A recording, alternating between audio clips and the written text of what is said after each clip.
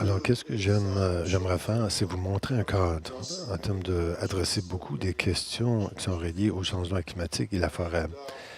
Et, et qu'est-ce que ce cadre, c'est vraiment pour adresser le début qui a fait le changement climatique. On a tendance à se fier sur les, euh, les inputs à haute personne, mais on a besoin d'avoir la capacité à l'intérieur de nos produits pour gérer les questions de changement du climat immédiatement. Maintenant, on n'a pas cette capacité. L'année dernière, un étudiant qui étudie pour un doctorat est, est venu, il y a un doctorat il est originaire de Cairo, en Égypte, et beaucoup des enjeux climatiques à travailler dessus. Alors, c'est intéressant parce qu'il est capable de regarder le climat, mais aussi euh, la défense des forêts, qui est un détail très peaufiné.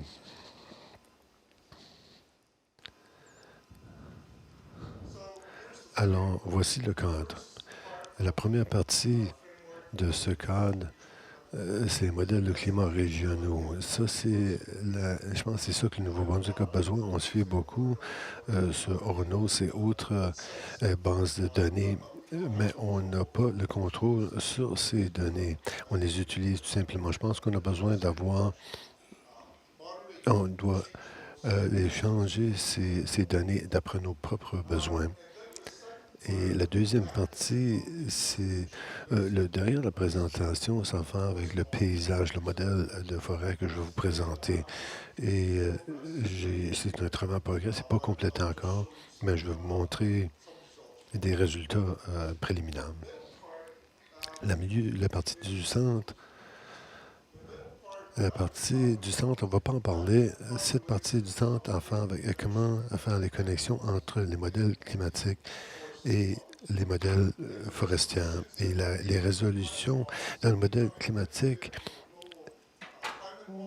D'habitude, c'est des modèles de climat mondial. C'est une échelle mondiale et seulement une petite partie, un point est à faire avec le Nouveau-Brunswick. Le système 4 ans qu'il utilise comme des points qui se trouve au Nouveau-Brunswick et c'est clairement pas suffisant.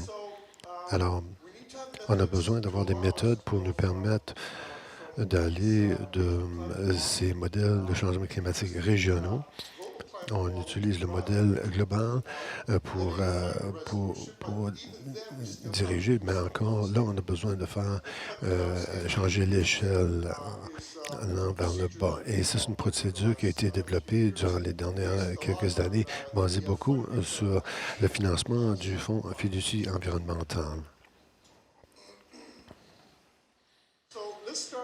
Alors, on va commencer avec ici le modèle de climat régional. J'aime le modèle global parce que ça va faire avec les résolutions très brutes, mais le modèle de climat régional utilise l'information du modèle global comme déclencheur pour le modèle régional. La bonne chose pour le modèle régional, d'habitude, on aime réduire l'échelle, mais ces genres de réduction d'échelle sont basés sur des systèmes de dynamique comparé aux relations entre les statistiques. Je vais parler encore plus de l'aspect de dynamique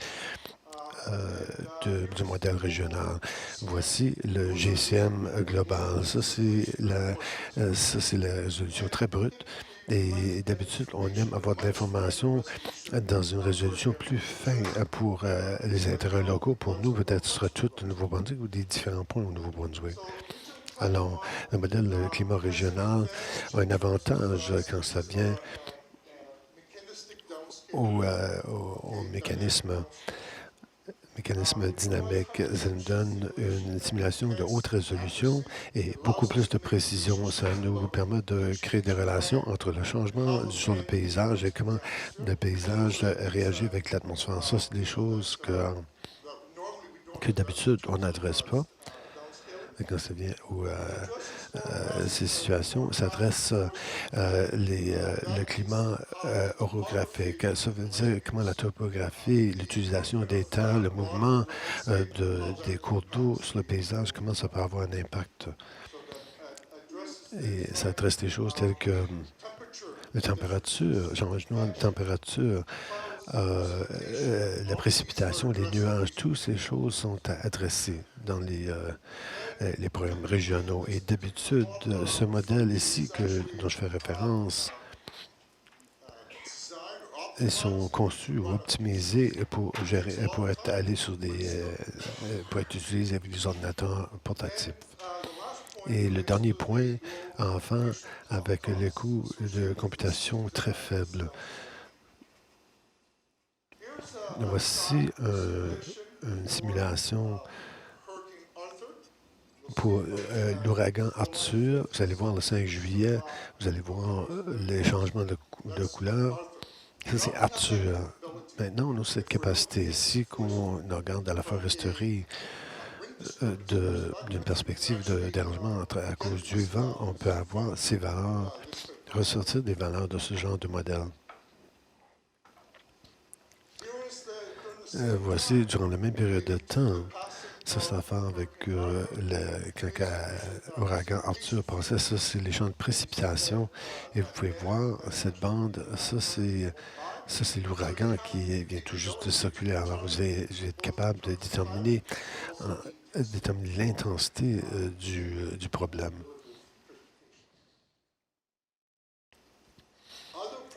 Autres produits qui sont produits par ce modèle de climat régional, ça,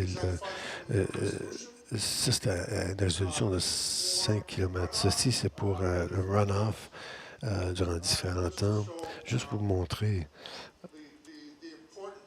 l'importance de ce genre d'informations. Vous aurez beaucoup plus d'informations que vous pouvez utiliser. Alors, autres variables qui sont disponibles pour tracer la croissance des plantes, la température, le nombre de rives durant le jour et d'habitude la précipitation, la pression de l'eau, d'autres variables aussi qu'effectivement on n'adresse pas du tout quand on pense aux forces du changement climatique qui impactent nos forêts. Voici un autre futur du modèle. Ceci, les plumes que vous voyez ici, ça c'est la plume qui a été générée par au moins... Je me souviens du feu des pneus à Minto. Je pense qu'il y avait un impact environnemental immense quand ça vient à virer les pneus en liquide, en gaz, et ainsi de suite. Alors, il y a un intérêt de faire un suivi et essayer de regarder les impacts de ceci. Alors, vous pouvez noter que le temps ici est différent. On n'a pas les données de décembre 2019, mais on peut le faire même en ressortant l'information du GCM. Alors, ceci c'est un à côté pour vous montrer la flexibilité. Et un aspect important pour ceci, c'est la délégation. Comment que ça représente les températures ou la précipitation sur une région telle que l'Est du Canada. En termes de chacun de ces points représente des stations de météo individuelles. Les couleurs donnent le niveau de formulation entre les données actuelles. Les points rouges, vous regardez le coefficient de plus que 90 qui indique une bonne relation. Et d'autres points où vous êtes dans les bleus, la formulation est à la baisse. Alors, ça, c'est des occasions qu'on a besoin de faire plus d'enquêtes pour s'assurer qu'on a une meilleure représentation partout au Nouveau-Brunswick au lieu de seulement certaines parties du Nouveau-Brunswick. Ça, c'était le début du modèle. La fin du modèle, on regarde les modèles de paysage forestier et l'approche qui est utilisée ici d'une perspective du paysage, simplement. Alors, en faisant ça, on peut aussi regarder des différents points sur le paysage. pour représenter différents types de forêts. Le modèle elle-même est composé de deux parties, il y a deux modules. Le premier enfant avec les variables biophysiques. Alors, cette partie que j'avais le X quand ça vient au downscaling le rapport aussi les résolutions à 20 mètres. Alors, de GCM jusqu'à RCM, on va de 45 ou 100 kilomètres, 45 kilomètres et potentiellement à 5 kilomètres et potentiellement à 20 mètres. En termes de les variables biophysiques pertinentes à la croissance des arbres, la première enfant avec, c'est où est-ce qu'il y a le soleil, à n'importe quel temps de la journée ou de l'année. La position du soleil a un impact important quand ça vient à la croissance. Et l'ombrage aussi, ça peut affecter la croissance, la lumière du soleil. Ça, c'est important à cause de la photosynthèse. Et la température de l'air pour les journées de croissance, ça, c'est une variable importante.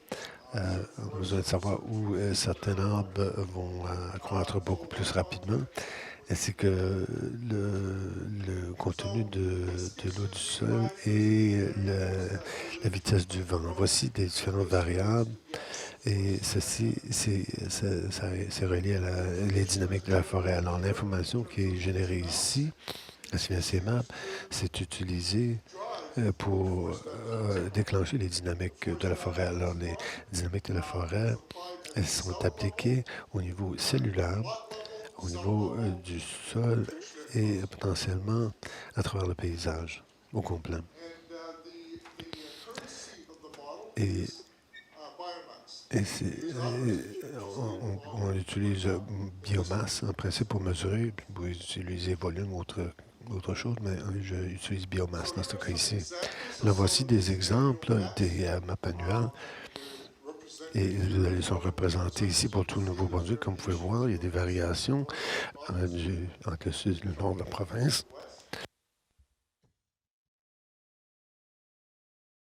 Voir les types de patrons, différents types de patrons, mais encore assez constants quand ça vient à l'irrigation du sol. Ici, il y a plus de précipitations. Et les maps sont disponibles pour chaque année de 1985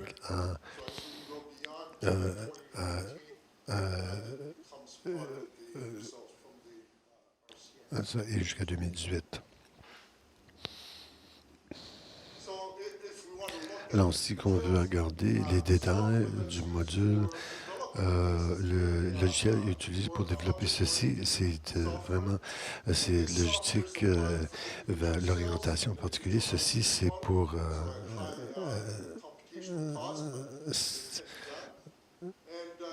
et chaque partie représente une différente partie de la croissance forestière. La première partie, cette partie a à faire avec la croissance des arbres. Alors ceci, c'est l'accumulation de la croissance des arbres sur une période de temps. Des pH aussi, mais à la hauteur aussi. On regarde les changements sur le terrain sur une période de temps. La partie supérieure, ça fait avec des éléments de la forêt, quand bien les processus de décès et de naissance. Alors, tout simplement, la plante tout au long du processus et on regarde ça pour la régénération, vous commanditez. Et ça va suivre la forêt sur une période de temps. Cette partie ici, enfin, avec l'ombrage entre les arbres. Alors, un des éléments des complications, ça fait avec la compétition entre les arbres. Alors, certaines parties peuvent tolérer l'ombrage, d'autres ne sont pas si tolérants. Alors, si vous mettez ça, le mélange, ça va déterminer qu'est-ce qui va ressortir à la fin de compte. Est basé sur où vous êtes aussi sur le paysage. La topographie a une grande influence sur comment les choses vont évoluer sur une période de temps pour différentes parcelles de temps. Alors, Quand ça vient aux variables biophysiques, il y a un modèle qui existe qui peut être utilisé pour faire des mises à jour. C'est maps biophysique qui prend en considération la lumière du soleil, la précipitation, et il fait une balance entre les deux. C'est pas une balance simple de l'énergie, mais c'est une balance entre l'eau et l'énergie pour nous donner une meilleure compréhension de comment d'eau qui est dans la région et comment d'eau qui va évaporer. Ceci, c'est des cellules individuelles, les choses chaque cellule. Vous avez la forêt, certaines parties de précipitation tombent sur différentes parties et une partie de cette précipitation est partie à cause de l'évaporation. Mais qu'est-ce qui arrive à la surface? Là, vous faites une balance d'eau dans le sol pour déterminer un commande d'eau qui demeure sur le terrain basé sur le... Parce que c'est que la cellule se trouve sur une pente, alors vous n'allez pas avoir autant d'eau, mais la chose intéressante dans tout ceci, c'est que vous pouvez calculer pour chaque cellule dans ce modèle, vous pouvez calculer commande d'eau qui demeure dans le sol. Voici une proche vue de la photosynthèse. Vous pouvez voir une variation. Ici, c'est un petit peu plus foncé. Ça demande des pentes. Ici, c'est plus légère. Un jaune plus léger, ça fait face au sud. Alors, il va y avoir des différences quand ça vient au montant de soleil. Comme indiqué avant, l'angle de l'illumination, tout proche, c'est pour adresser les compétitions quand ça vient à l'ombre. Et aussi, c'est ce qui déclenche la régénération des plantes. Quand ça vient au climat, ceci, c'est une moyenne. Ces deux lignes ici présentent une moyenne pour tout le Nouveau-Brunswick. Les deux lignes indiquent quelles sont les prévisions basées sur le modèle RCA qui viennent de l'extérieur de la province, ou à Montréal, au Québec. Et la ligne rouge représente la prévision qu'on s'attend pour la moyenne du Nouveau-Brunswick. Alors, c'est pas seulement un point au Nouveau-Brunswick. Alors, vous pouvez voir la prévision de toutes les stations météorologiques au Nouveau-Brunswick. Ceci, c'est une moyenne de précipitation. Alors, la ligne rouge ici indique une augmentation sur une période de temps, tandis que ceci, c'est historique et c'est historique pour les deux scénarios climatiques, RCP N.5 et 4.5. Quand ça vient à la prévision moyenne, pour le Nouveau-Brunswick, suivant le RCP 8,5, c'est environ une augmentation de 4 degrés basée sur le modèle RCM, les prévisions du modèle RCM. Pour les RCP, le 4,5, les prévisions, c'est pas aussi gros, c'est 1,6 degrés. Mais qu'est-ce qui est un RCP? Un RCP, c'est un scénario qui a été conçu par les personnes impliquées avec le IPCC, Intergovernmental Panel on Climate Change. Pour quel genre de scénario que le monde devrait utiliser pour qu'on parle le même langage quand ça vient au changement climatique? RCP 4,5, ça, le 4,5 représente de force d'énergie qui serait le résultat en regardant ce scénario, en particulier ce 4,5, c'est 4,5 watts par mètre carré. Ça n'a pas l'air gros, mais quand tu intègres ce numéro pour toute la planète, ça devient un numéro très immense. Le 8,5, c'est la même chose. C'est que il y a une assumption que si on suit la RCP, qui est le registration,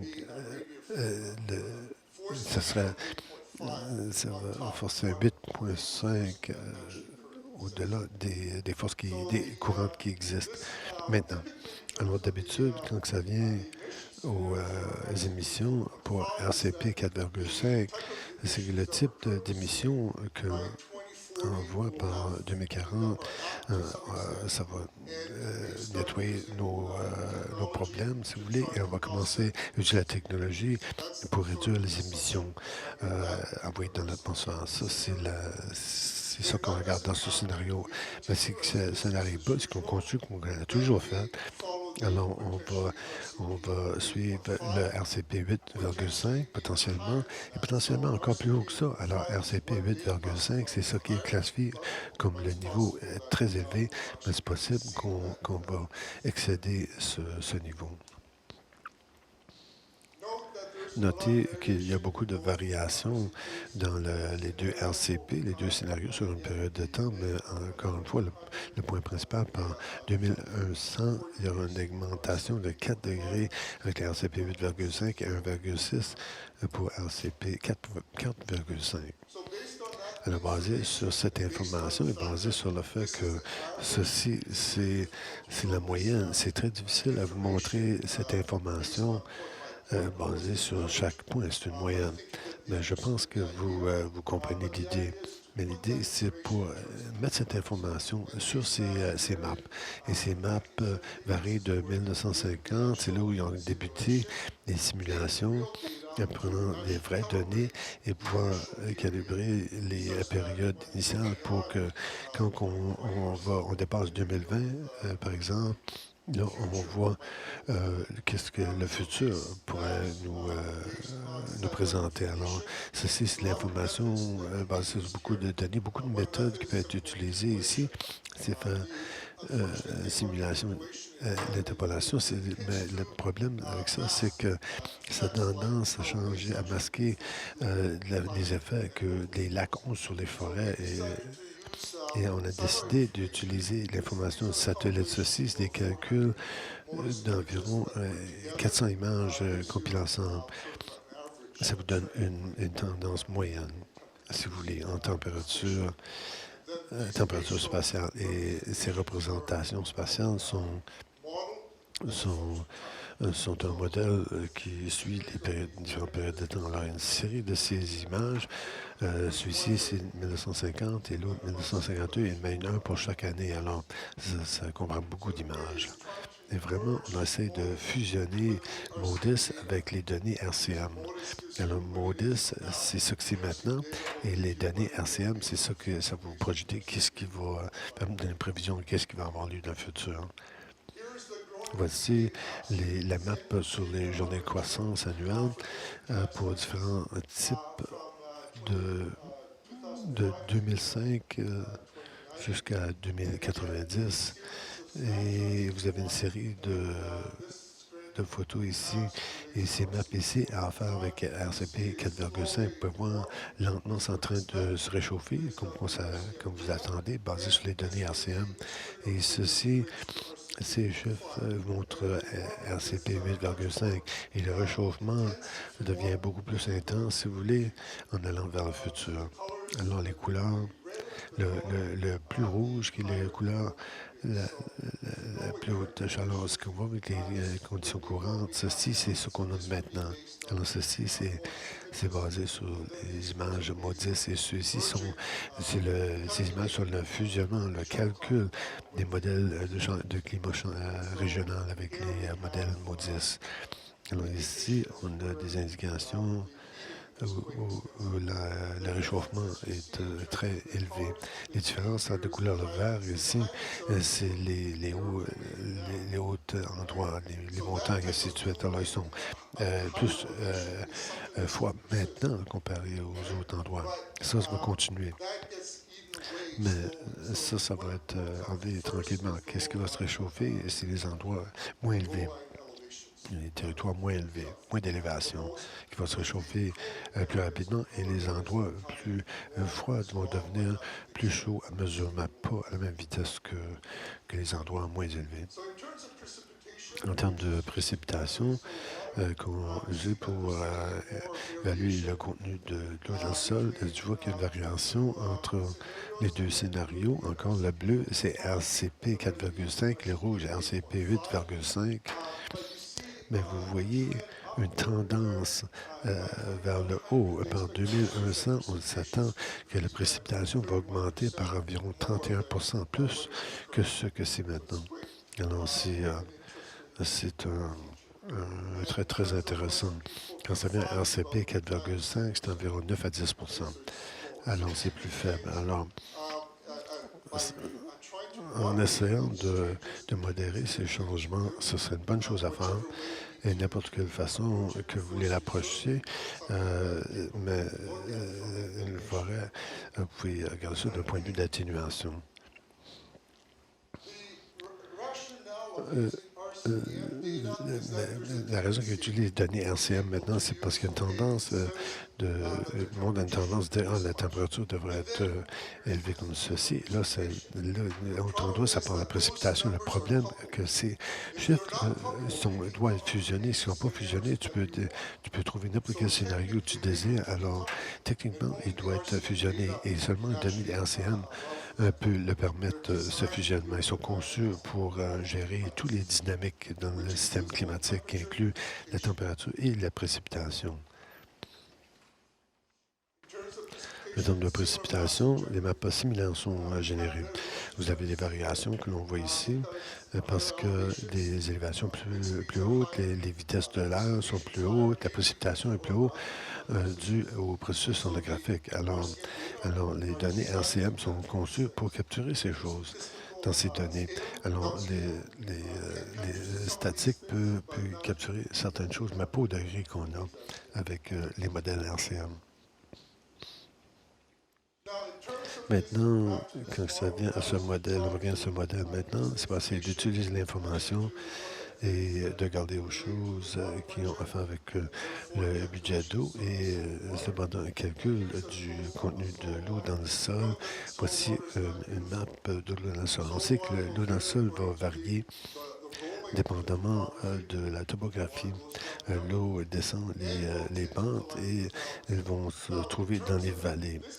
À la fin, quand ça vient à cette map ici, ça inclut la technologie courante qui a été développée à l'Université du Nouveau-Brunswick pour beaucoup d'entre vous. Je pense que vous avez vu ça.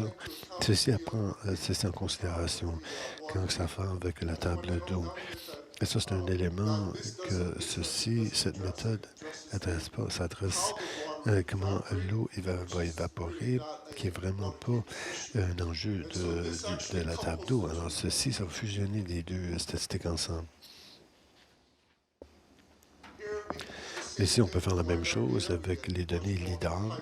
On a de l'information beaucoup plus précise et une meilleure résolution. Vous pouvez appliquer ça, les règles que j'ai discutées déjà en utilisant des données LIDAR comme partie centrale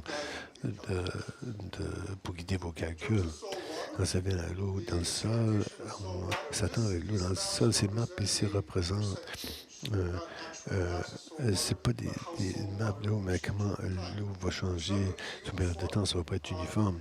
Vous pouvez voir que certaines régions ici, il y a du rouge ici, ou la couleur rouge, ça indique 24 d'eau comparé au calcul courant.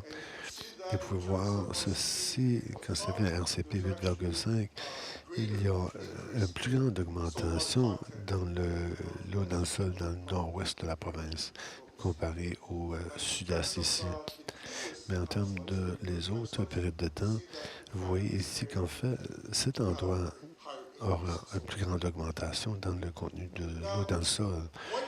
Mais dans un argument qui se présente, c'est que moi, je dis toujours que la planète va devenir plus humide, plus de pluie. Les données courantes de 1950 à 2020, il y a une indication, sur les derniers 100 ans, il y a une indication que le climat va devenir plus trempe, plus humide. Alors, ceci, c'est des maps qui ont été faites par et ceci propose des patrons simulant Nouveau-Brunswick. Ici, ça, c'est courant. Ça, c'est le point de référence qu'on a utilisé de 1981 à 2010. Et ça indique ici que le bleu veut dire des climats humides. Les tendances, le changement climatique, c'est que dans le monde de l'Ouest ou occidental, la tendance où est-ce que c'est trempe, ça va devenir plus trempe. Et dans les mêmes régions où c'est sec, ça va devenir plus sec. Alors, si vous regardez les prairies, attente que ça va devenir plus sec, qui vous suggère des problèmes avec la production des aliments. Et les données 2010 nous montrent la même chose. Les projections, les prévisions de 2071 à 2100, c'est que Nouveau-Brunswick va devenir plus humide, plus de précipitations. Mais pense qu'il y a plus de précipitations, ça ne veut pas dire que la sécheresse est impossible. En fait, les sécheresses peuvent avoir lieu, ça dépend vraiment sur la précipitation qui a lieu à n'importe quelle partie de n'importe quelle année et la température pour cette année-là ou ce mois-là. Alors, c'est possible d'avoir une sécheresse, mais les chances d'une sécheresse sont pas si élevées que ça. Alors, on aura besoin de traiter beaucoup plus d'eau qu'on a la capacité de traiter. Alors, ceci, ça vous suggère des choses comme quand ça vient à la récolte. Question inaudible.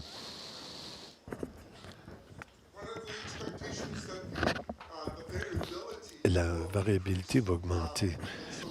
Alors, c'est possible que vous allez avoir un événement de météo très sévère, mais les tendances sont à la monte quand ça va à l'humidité, mais c'est possible à cause de la relation entre la précipitation et l'eau. Alors, pour simplement mettre des chiffres en place qui va suggérer qu'il y a une sécheresse chaque année, c'est pas vrai. Vous devez regarder la connexion entre ces deux variables. Et elle doit venir d'une source similaire, comme le RCM, c'est la source similaire. Et ça veut dire où la balance se trouve entre ces deux variables.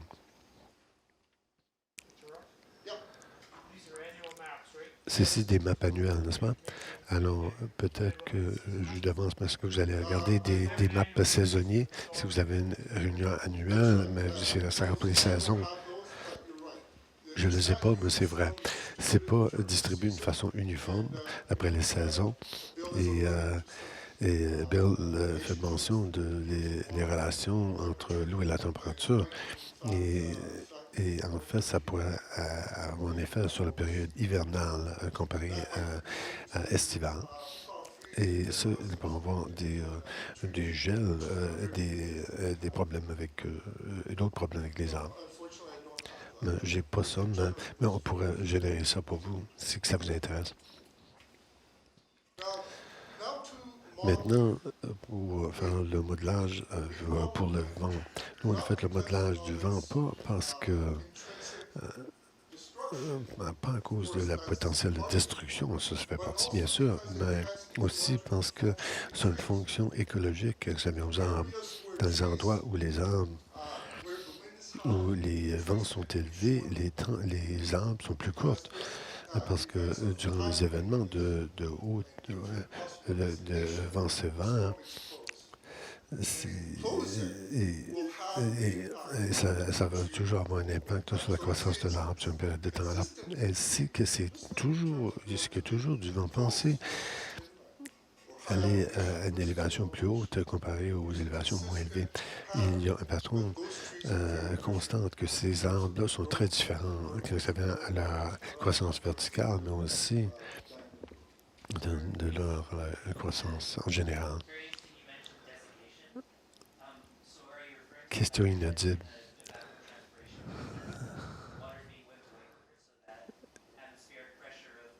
Question inaudible.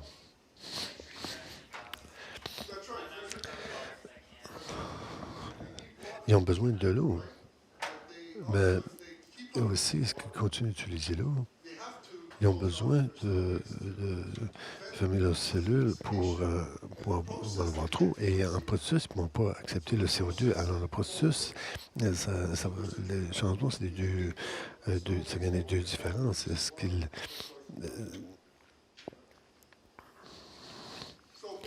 Alors, basé sur les données RCM, on peut avoir des maps très similaires de la série des maps qui parlent de la température, de la précipitation, où d'habitude les endroits avec plus de vent sont les endroits avec le plus haute élévation.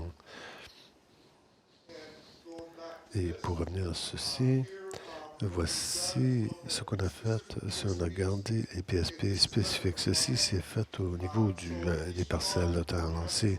Ces parcelles auraient leur propre série de tendances. Ceci, c'est pour quatre différents parcelles. Les tendances, vous pouvez voir, en général, sont les mêmes. Ceci, c'est pour les journées de croissance. Ceci, c'est pour le contenu de l'eau dans le sol. Ceci, c'est pour la vitesse du vent. Et, et les parcelles ici c'est ce qui est montré sur la charte. Voici, c'est des vraies parcelles de temps, des vraies données. Et on est en train de garder chaque parcelle pour générer ces types de diagrammes pour montrer la biomasse et utiliser cette information pour faire la prévision de la future. La raison que vous voyez ceci, c'est que le modèle, à cause, il y a un élément de, de changement dans les différentes régions. Nous, on roule le modèle plusieurs fois. La ligne du centre représente la moyenne long terme, qui vous donne une meilleure idée de la direction de les différentes variances. La biomasse est basée sur l'information. Ceci, ça vient d'un article et en utilisant l'information de l'arbre, des arbres individuels sur les différentes parcelles, on peut faire les calculs et c'est basé sur les différentes parties de l'arbre. Et là, ils font un total de ces valeurs ensemble pour vous donner la biomasse totale de l'arbre. Donc, quand ça vient au changement des parcelles et au changement des espèces pour RCP 4,5 de 1987 à 2100 dans le nord-ouest du Nouveau-Brunswick, ceci serait qu'est-ce que vous aurez. Et les conditions initiales de ce parcelle, pour ce parcelle ici, c'est basé sur qu'est-ce qu'il a maintenant. Alors, on prend ça et on fait la simulation plus loin dans le futur. Et ce parcelle, c'est ici. Alors, c'est presque à l'intérieur de la vallée elle-même. Et je pense à cause de la position, peut-être vous allez voir des différences qui ont l'air qui sont pertinentes à cette position. Mais là, on va à RCP 8,5 et vous allez voir le sapin baumier qui, si on regarde les différents changements entre RCP 4,5 et 8,5, on voit une augmentation absolument de la biomasse du sapin baumier.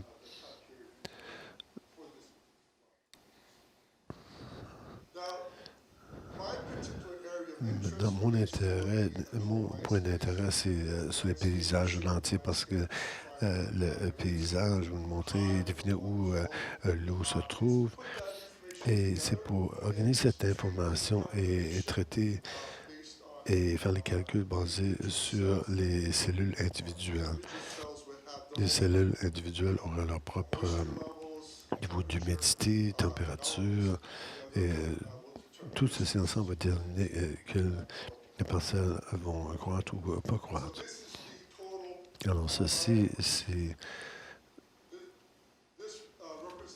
ça représente la biomasse totale, pas de différence quelle espèce. Et ceux-là sont divisés par espèce. Ceci en particulier, c'est le chêne rouge. Le chêne rouge va mieux faire. On a aussi fait le travail sur la distribution des espèces. Ceci, c'est pour le sapin baumier. Et en utilisant l'information de Modis, ça nous permet de regarder les détails que tu n'aurais jamais autrement. Alors, les données Modis nous permettent de regarder les changements, quelles sont les conditions climatiques proches des lacs, parce que les lacs, surtout très profondes, vont modérer le climat. D'un point de vue scientifique, je trouve ça intéressant. Mais pour les opérations quotidiennes de la forêt, peut-être que vous n'avez pas besoin de ce niveau de détail, mais comme un chercheur, je trouve que c'est très intéressant. Mais voici les couleurs rouges, la même chose, même échelle. C'est où la possibilité de sapin bombier soit présent est élevée, jusqu'à 100% parfois. Et quand vous allez des couleurs plus foncées, la- les, les probabilités du sapin bombier diminuent. Ces genres de modèles peuvent être utilisés comme outil. Simplement pour le sapin bombier, qu'est-ce qui est le potentiel quand ça vient au changement climatique? Voici un exemple de ceci. Ceci, c'est dans le nord-ouest du Nouveau-Brunswick où il y a une tendance d'être plus froid maintenant. Et alors, les conséquences dans cette région vont être différentes comparées aux endroits moins chauds. Et c'est ça.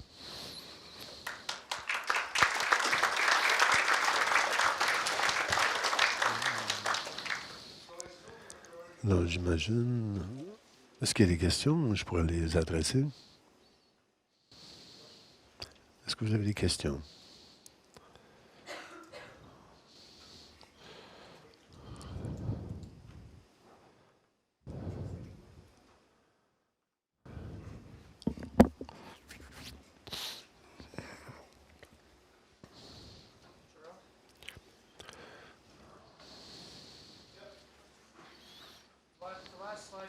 La dernière diapo que vous avez montrée, c'était le sapin bombier.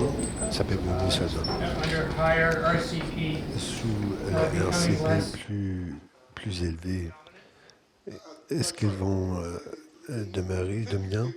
D'habitude, quand tu regardes le sapin bombier, surtout dans le nord, il y en a beaucoup dans les endroits plus à l'abri, les endroits plus froids aussi. Mais pensez que c'est affecté. S'il y aurait une élévation plus élevée, ça ne sera pas affecté. Mais qu'est-ce que vous avez vu là? C'est à un certain niveau, cet endroit est protégé. Il y a un abri parce que l'élévation est beaucoup plus élevée que ce que vous verrez dans le sud. Alors, si tu considères le sapin bombier de la germination jusqu'à la pleine croissance et la mortalité, ces maps ont plus à faire avec les probabilités de cette espèce à être capable de vivre dans certaines régions. Alors, ça part à faire avec la séquence de croissance de, de germination. Alors, quel facteur qui cause le sapin baumier d'être moins susceptible de survivre? Ben, à cause que la température devienne trop élevée dans certaines régions. C'est ça le facteur dominant.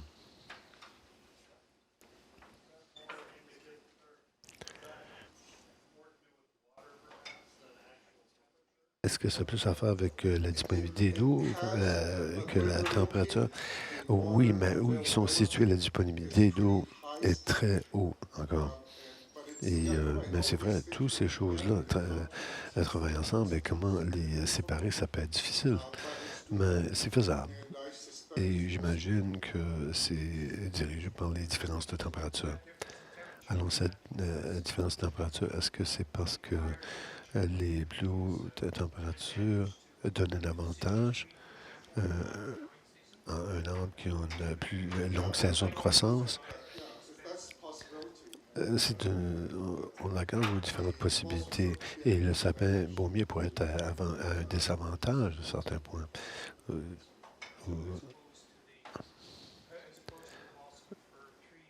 Comparé au sapin baumier,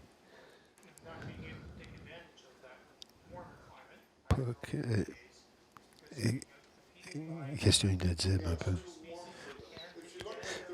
Si vous regardez leur niche, c'est une fonction unimodale. Quand c'est sur la branche, ça nuit la croissance des branches. Au centre, c'est les conditions optimales.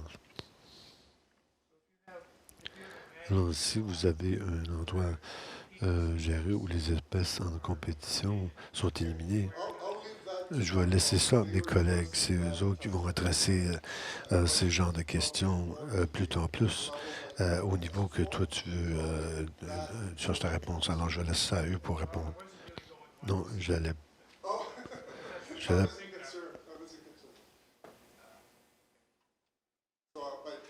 ben, ils vont parler, mes collègues vont parler de tous ces différents processus et comment ça c'est relié à la température, ainsi de suite.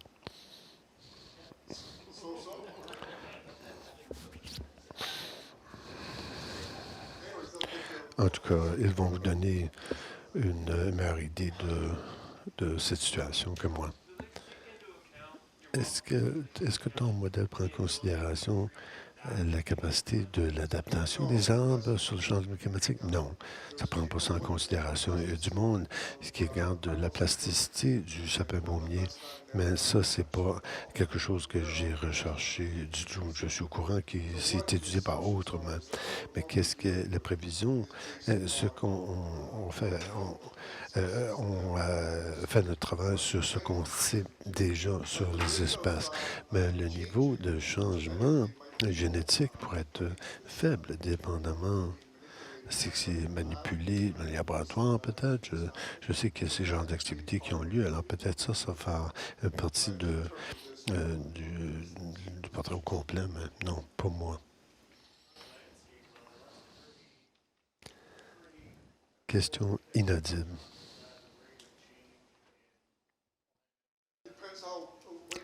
Ça dépend. Qu'est-ce que tu définis comme paysage? Si c'est tout le Nouveau-Brunswick, je serais d'accord avec ta suggestion, mais si c'est un plus petit endroit, peut-être pas. Alors, ça dépend sur l'échelle.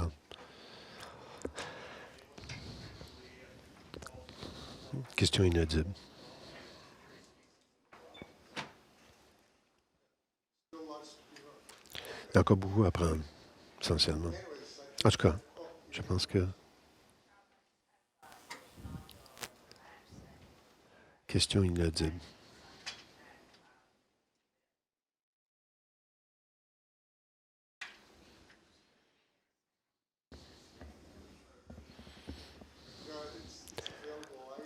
C'est- Quand ça vient au financement de le fonds fusion en environnement, les données, si vous le désirez, on peut vous le fournir.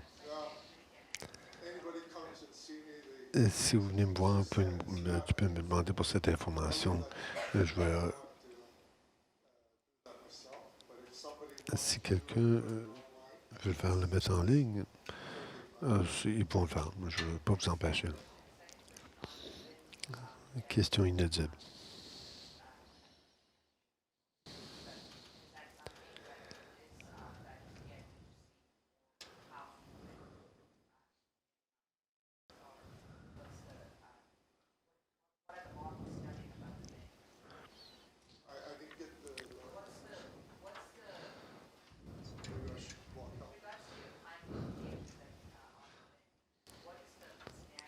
Question inaudible.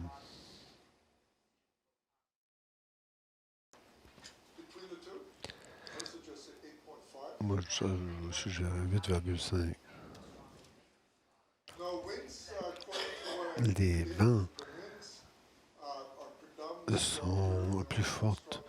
Ils vont devenir plus forts au long des côtes parce que mais les vents à l'intérieur, même à des élévations très hautes, ils augmentent, mais pas aussi tant que le long des côtes.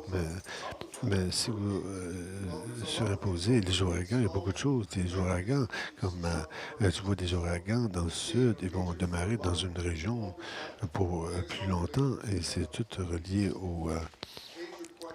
il y a beaucoup de questions majeures quand ça vient aux ouragans. C'est possible que pour avoir un ouragan qui va laisser tomber des précipitations que vous n'avez jamais vues avant. Mais ça, c'est au-delà de mes études.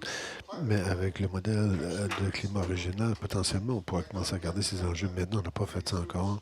Les étudiants viennent tout juste me voir l'année dernière mener un plan en place pour le faire dans le futur.